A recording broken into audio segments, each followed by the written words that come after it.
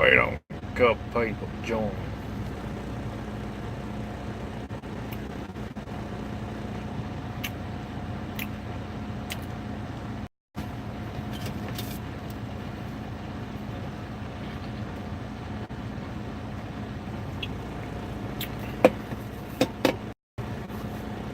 Howdy, howdy, howdy.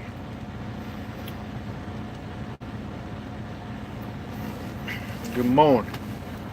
How are you doing this morning, guys? Uh,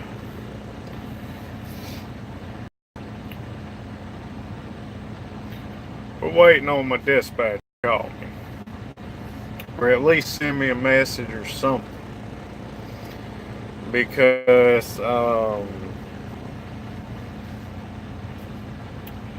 we we got one load this morning. Well, that one canceled. We got another one this morning. Well, I got a feeling that one canceled too, because I ain't received load information on it. One was going to Indiana. It was a 3-hour bounce to go get it. Another one that we got offered this morning was Mississippi.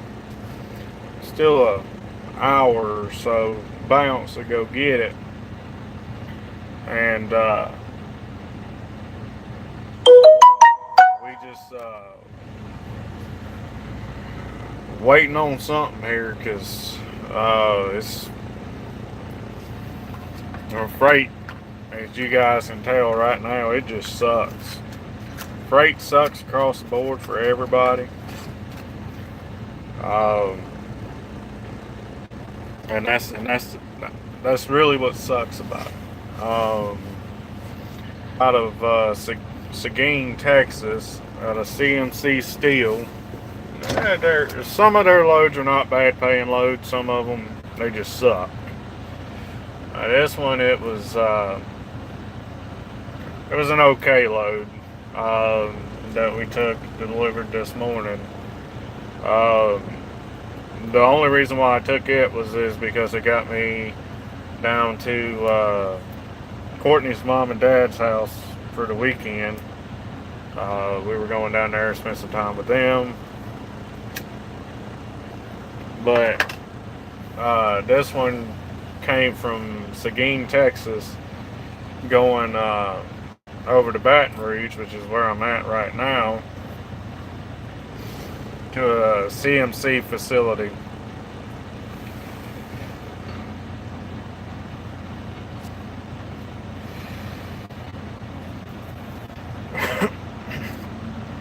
Yeah, it is a little bit, but it's still in some areas. I can still see that the freight's still down, in areas where a flatbedder should not have any problems really getting a good paying load.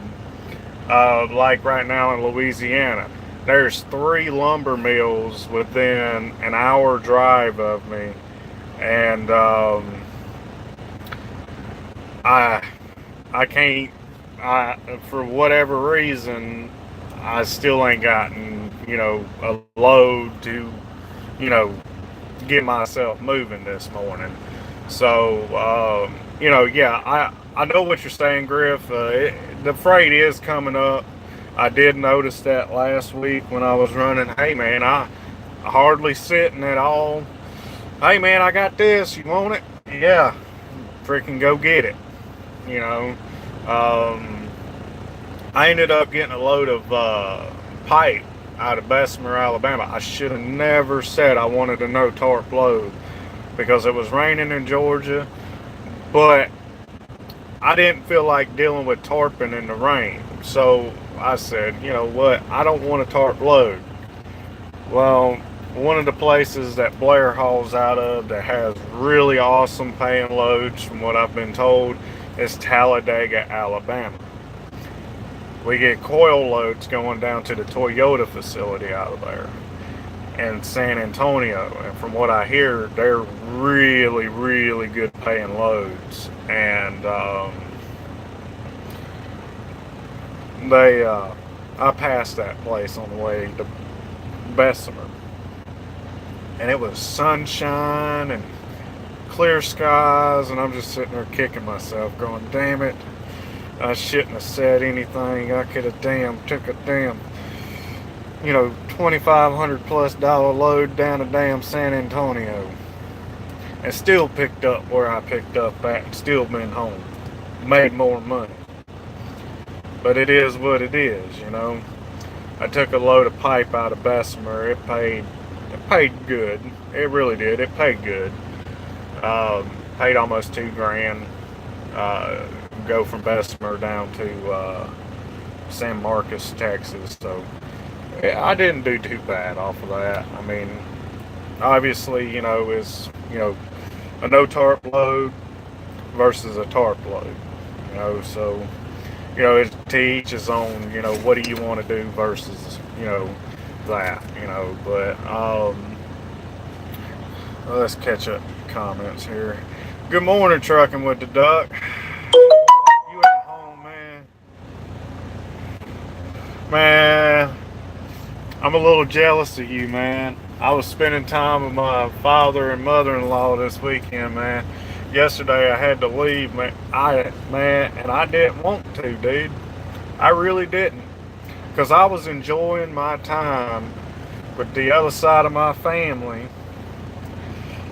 that I got down there, and I didn't want to leave because for once me and my father-in-law were actually getting along and actually having small talk and actually conversating with each other. It was great, man. It was a great feeling to be able to actually talk to the man, and the man actually talk to you. And freaking it was awesome.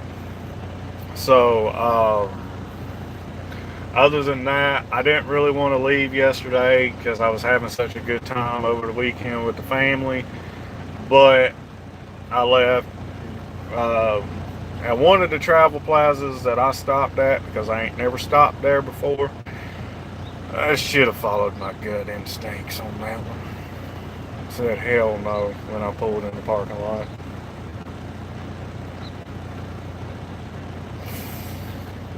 That place, I will probably never stop there again unless it's just for a 10-hour break.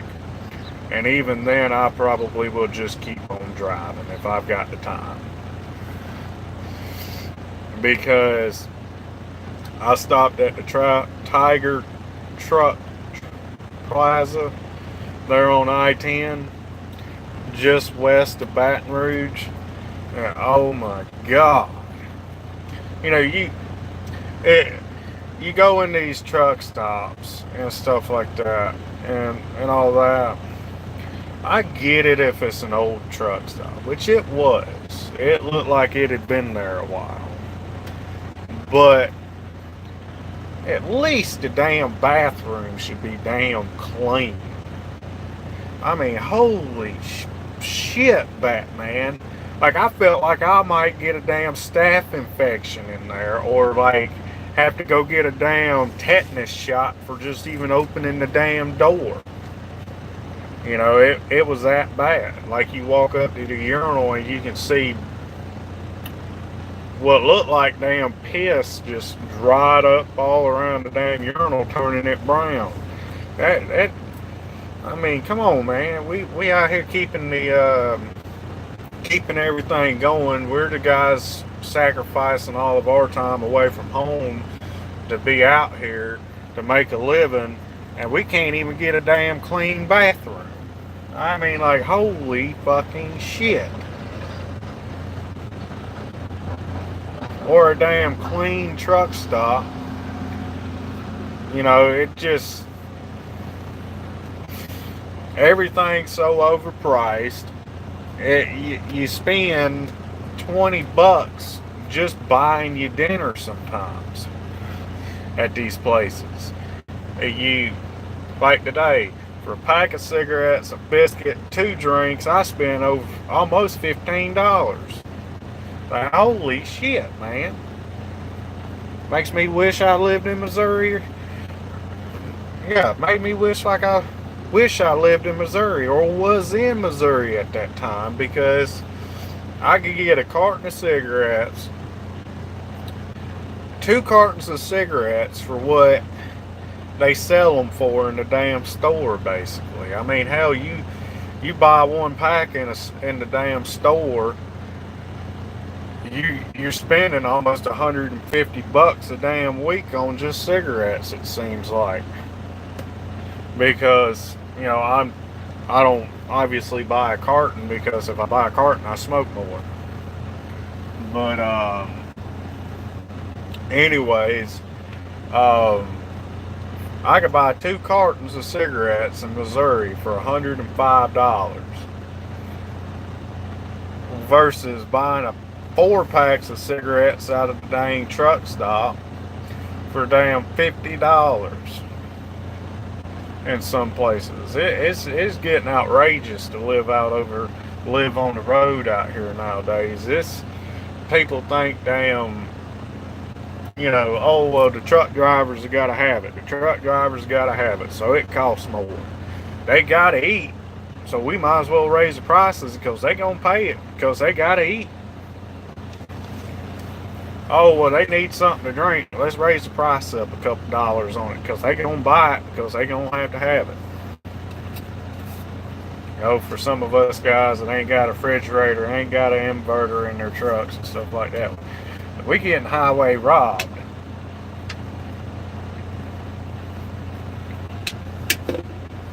Oh, God. I tell you, highway robbery is real out here. But let me go ahead and give you guys a little bit of a review and a tasteful feel for Blair Logistics and tell you guys how I think it's going to work. We will be having to spend a little bit of time away from the house. We will be having to stay out a little bit. Not as much as I've been staying out here lately. So you guys will get to see more load securement videos where I just get tired of doing them after, being out 3 weeks at a time, or I just don't feel like making one. So you guys will start seeing a little bit more of me on YouTube here. We will be staying out probably 2 weeks at a time. We're going to drop it down because I think I can still make it work staying out 2 weeks at a time. 2-3 weeks at the most. Because of the freight that I've been seeing here and stuff like that really doesn't pay all that bad. It pays pretty well. Most of the stuff that I've been seeing, except for Texas, but that's Texas.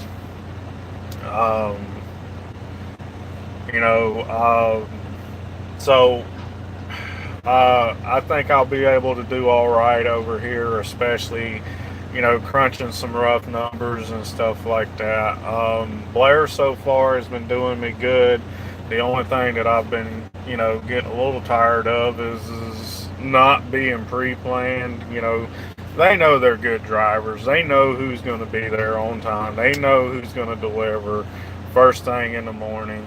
They know that driver, if he's having issues on that one run, he's going to call in and let you know.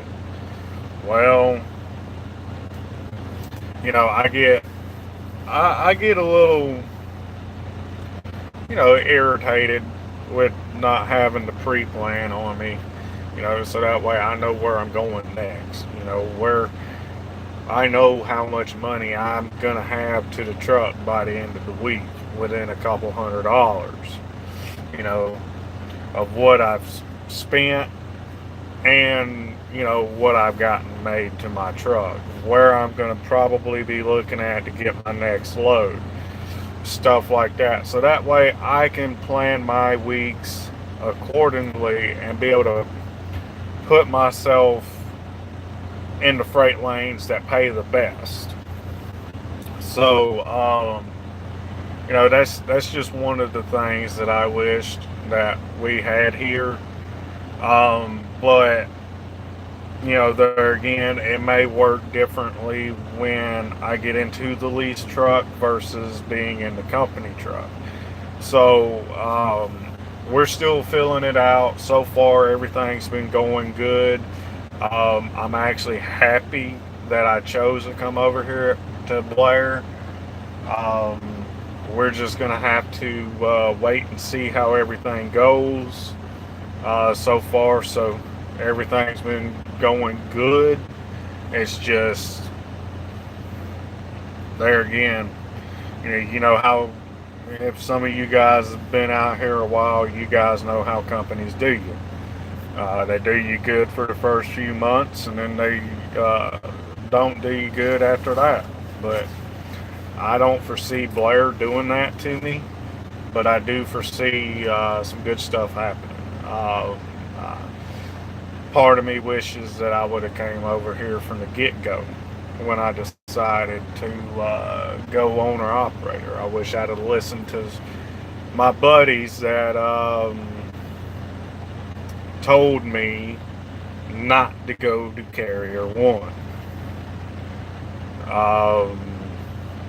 And this has nothing to do with my buddy, one of my good friends, Brandon White. This has nothing to do with him or anything like that. I should have seen the writing on the wall. I mean, when I first got there, I will admit, me and a friend of mine that's over here at Blair right now, we both looked at each other and said, "Oh hell no, this lease ain't gonna work.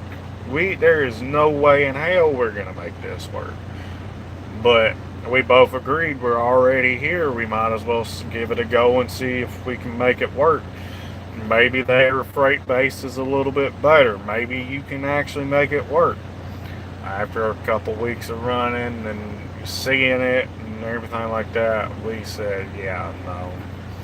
So we bided our time and waited for the right opportunity to come up, you know? So, yeah, I'm hoping that I get a great, awesome truck. I seen a couple Granados at the terminal the last time I was there, and I was sitting there going, oh, I really want one of those, because I know they got the 60 series in them, and I was just like, pre-emission, straight pipe stacks in the future. Oh God, you gotta have all the noise and the loudness and all that, but no, if they have a couple of those, I'd love to have one. But we'll take what we can get. You just hope that it's a pretty decent truck. They will give you the options, what you want and stuff like that. Let you look at some trucks.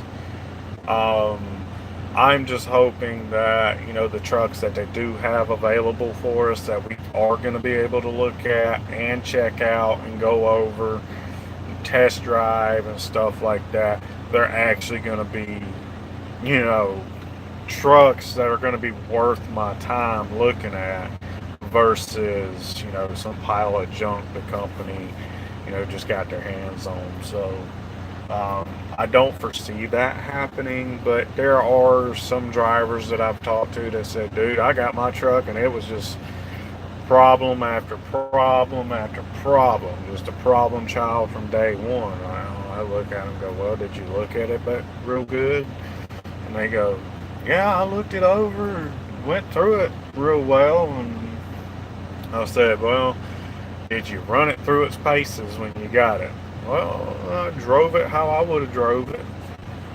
Well, sometimes you got to drive it a little bit harder than what you really want to, just to find out if it's going to throw some codes or anything like that. You got to drive it like you stole it sometimes to find out what the truck's really made of. You know, is what I call shaking it down to see what it's got. See if it's actually gonna take the abuse that you're gonna give it. Um, and not necessarily saying it's abuse, but just being able to handle, being driven the way that you're going to drive it, or being driven the way that it's supposed to be driven. Just stuff like that. Each driver's different. One driver may shift at 1500 RPMs. Another driver might shift at 1400. Each driver's different. Me, I don't shift until about 1450, 1550, depending on how heavy I'm. You know. So we're just waiting right now. I got a bad feeling because I just accepted another load, and I got a bad feeling about this one too. I think it's going to get taken from me as well. People right now are just undercutting everybody. They're cutting each other's heads off out here just trying to get a load. And that's one of the big problems that we're having right now. A lot of people are cutting everybody's heads off. And so we'll just have to see how everything goes and all that. But I foresee some good stuff happening. I usually don't say that a lot about, things. I don't get that optimistic about anything. I'm more the guy that just sits back and watches. He goes, well, we'll cross that road when we get there. But I don't know, just for some reason, being optimistic here is actually, keeping my head up and stuff like that. So wish me good luck. But anyways,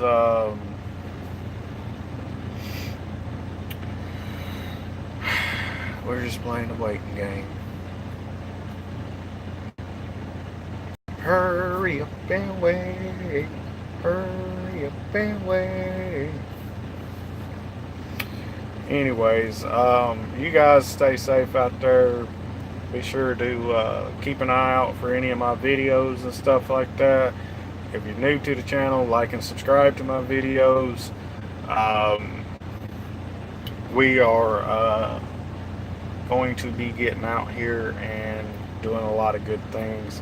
And if you guys are new to the trucking industry and you're wanting to get into it, just ask me questions in the comments section. I can tell you how I got started, how I did everything, and give you guys the helpful tools and advice that you guys need, to maybe one day get, your own truck, your own trailer, get out here if that's something that you want to do, I may not be doing it the right way.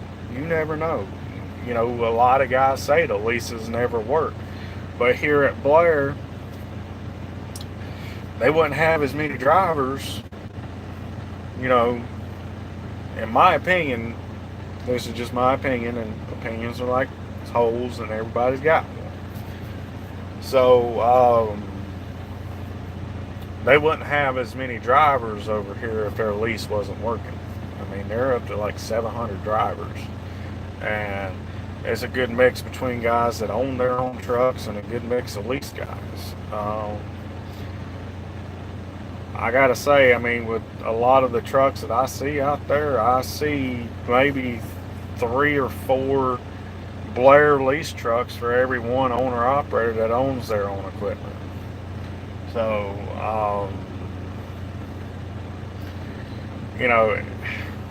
and I've talked to guys that have been here for a few years that have leased 3, 4, 5 of their trucks, and they just keep leasing their trucks because they get one paid for, they go trade it in, they sell it, go get another one. That's just what they do. They take the money that they get off the trucks, they throw it in a retirement account. I mean, it's a weird way to make a retirement account if you ask me, but hey, whatever works, works. You know. So, uh, it is what it is. So, I know by talking to some of the guys over here, there's a lot of people that have, whether it's stupid, extraneously hard to pay your truck off here, we won't know until we do it. So, but you guys stay safe out there. Remember, keep the shiny side up, the greasy side down. Watch what you do around a truck. Stay safe.